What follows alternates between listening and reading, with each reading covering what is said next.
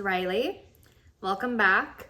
This is episode 3, or I guess video 3. I wanted to make this one in front of my Christmas tree because Christmas is in 5 days, so I thought it would be kind of fun and festive to have it here in the background while it's still up. That's not the point of this video. We are going to talk about Saint Laurent Spring 2025 Ready to Wear show.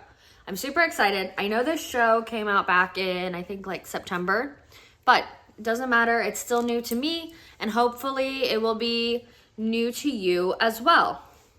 Today, I'm drinking my LaCroix Tangerine, and to talk about Saint Laurent, you have to drink your LaCroix in a martini glass. I feel like it's the law.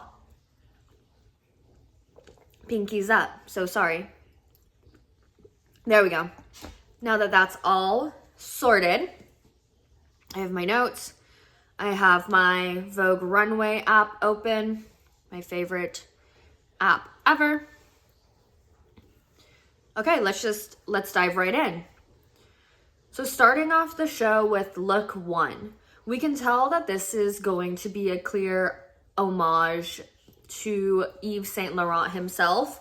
So we're seeing quite a few references to YSL's personal style. The first thing that we notice is the heavy eyeglasses, the heavy opticals. That was definitely a signature of his. He always had a really heavy frame. He didn't ever opt for, like a wire or a light frame. He just really loved like a strong aviator, a strong brow, really just like a heavy acetate frame, and we do see this throughout the entire show.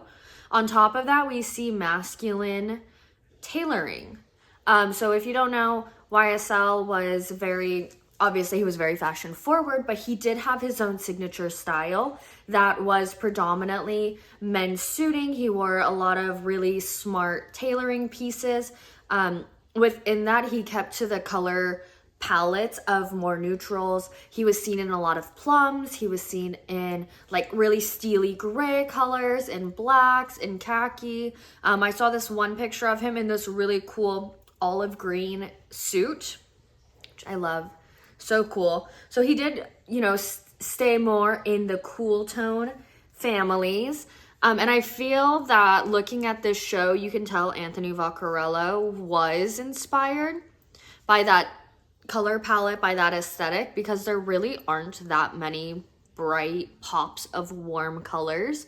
Looking throughout the show, we do see a few reds, like specifically starting on look 35, we see some reds, we see some oranges, we see some yellows. But I mean, that's 1 through 35 of the looks are predominantly that really cool, jewelry, like neutral tones, which is fabulous. Normally in women's fashion, there is a trend where the suiting is traditionally worn with just, I guess, nothing underneath, like a very bare. It's meant to create this illusion of the suiting being, very like sexy. We see it pretty frequently with Tom Ford, and Saint Laurent will often do it as well. Though in this show, I do like that Anthony Vaccarello decides to create the dress shirts and the ties to go underneath the suiting. It just makes the whole look very cohesive. It makes it very whole. Like, he's not cutting any corners. He's not just tailoring a beautiful blazer, putting it on a model and sending her down like half naked. No, he's taking the time to craft and create and think about like the woman's wear of it, which I really appreciate. The show is very girl boss. We love a girl boss. Anthony Vaccarello, he loves a girl boss, and he is showing it on this show. Look 2. I absolutely love the detailing of the leather jacket worn on top of the full suit. I think that is so chic and so classy. I absolutely love a layering moment. Anytime we can layer, I think we absolutely should. So seeing the full wool cord suit with a nice leather bomber on top, perfection. We love it. I do love the silhouette of it as well. Like, I just feel like the bomber really breaks up the full outfit. Like, it's still so serious, but it just makes it so much more chic and a little bit more elevated. And the cut of the bomber jacket is so good. It hits perfectly at the model's like hip bone, like not at her waist cropped. It fits perfectly on her hip bone. And I just think it looks so good. I think it looks so chic.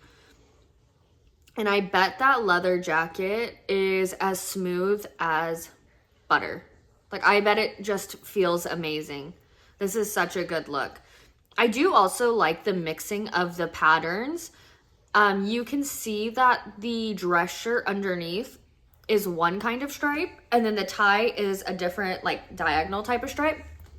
I love that. I love when things aren't so perfectly, like, matchy-matchy, but they don't, like, tacky. Do you know what I mean? Like, they look cohesive because they're friends, but they're not, like, identical. I like it. So moving on to look number 5.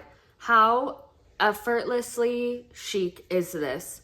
Like, come on, even the styling, like the slicked back hair, the big strong sunglasses, the like buttoned up all the way to the top dress shirt with the tie. So good. One detail I love about this look is that you can tell that Vaccarello made a true dress shirt by the hem of the shirt like peeking out and folded over. At first I thought it was the inside of the suit jacket, because a lot of times like there will be a colored lining, so I guess if you were to flip it over, like you would see the lining. No, it's not the lining, it's the full dress shirt underneath poking out. How chic. I am obsessed with this outfit. And as masculine as all of these looks are, it's just like pairing it back with this really feminine, like super sharp, pointy pump is so good. We love a juxtaposition. We love a juxtaposition between feminine and masculine. Now we look at look number 7. So this is the first look where we see that the suiting is not a cord, meaning that it's not the exact same suit jacket as it is suit pants. You can see that it's mixed, which it does make it a little bit more casual, but it's still such a, like, it's a power move. It's definitely a power move to have an outfit like this. I do love that the masculine thick belt is right at the true waistline. I think that's great. And that small detail of taking the tie and tucking it into the front of the belt. I don't know why, but I think that is so cool and so chic. And I never would have thought to style a tie in that way. I think it just elevates the look. Like, it's the little styling details like that that can sometimes make an outfit really just come together. Next, I move on to look number 11. So I love that Vaccarello doesn't shy away from big, oversized jewelry. I think that without those details, it would have obviously been a beautiful, stunning look, but it's very monochromatic. So I believe using those big, oversized gems, especially in these really cool, like, jewel color tones, kind of breaks up the look and really elevates it.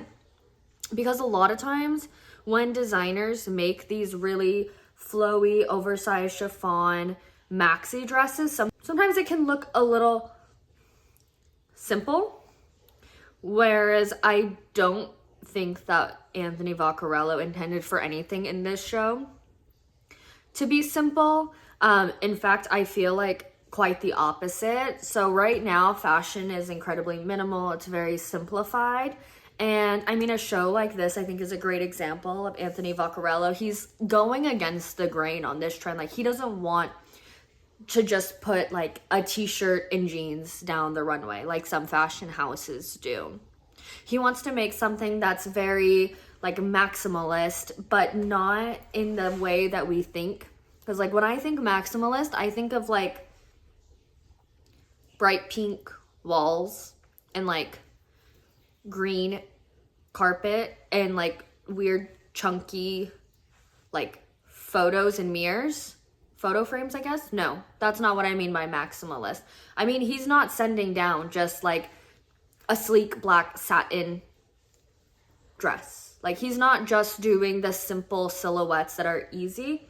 He's really taking into consideration the styling of all of the pieces and really just going above and beyond to make a really cohesive look and to put really beautiful pieces down the runway that tell a story. And this story, for example, is a true homage to Yves Saint Laurent.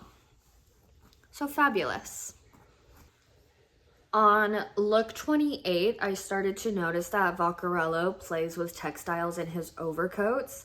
And it's so chic because the majority of his show is true suiting. And these suits, I mean, I'm assuming are just a classic wool blend. But this is where he really gets that like extra technical detailing to it, because he doesn't make his third pieces in that same fabrication. He wants to mix it up to show that he can use different textiles, different fabrications to just make a more interesting overall look. At least I assume that's what he's doing, because if he is, he's doing a great job. So for example, we have look 28. How insanely good is this little silk or satin bomber jacket? I believe it's the same cut. I could be wrong. I believe it's the same cut as the leather jacket that we see in the first look. Again, I could be wrong, but they do have very similar silhouettes. They have a very similar cut. Look number 21. Let's scroll up a hair. Here we go. Look 21 is this really artsy Baroque jacket. And I do like that the pattern on this looks like the lining of a men's suit, or even the fabric that a tie would be made out of. Because it's not just like a traditional pattern, if that makes sense. Like, there's something about it that is very like men's tie. Maybe because a lot of men's ties are like, I've seen them in that color and they all oftentimes have that like geometric shape. I don't know, something about this is just like men's tie, but make it a third piece, but make it an overcoat. Ta-da! Da-da-da. Look how fun! The Christmas tree's all lit up. Okay, as promised, this was a pretty short and sweet, to the point video. I really just want to wrap it up by saying that this show, as an homage to Yves Saint Laurent, is iconic because Yves Saint Laurent himself was an icon. He found himself at age of 21 as the head designer at Dior. Let's think about that for a second. What was I doing at 21? Not being the head designer at Dior, that's for sure. I mean, with a track record like that, how could you go wrong? But just from the stories about him, it seems like he knew from a very early age that fashion design is what he would want to do.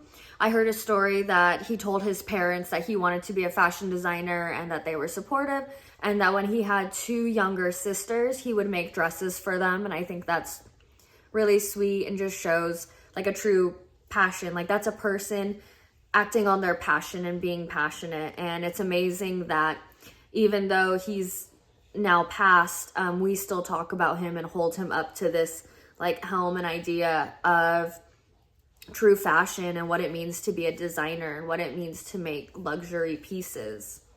So I think that's really special. In 1962, he founded his own fashion label that we all know and love, Yves Saint Laurent.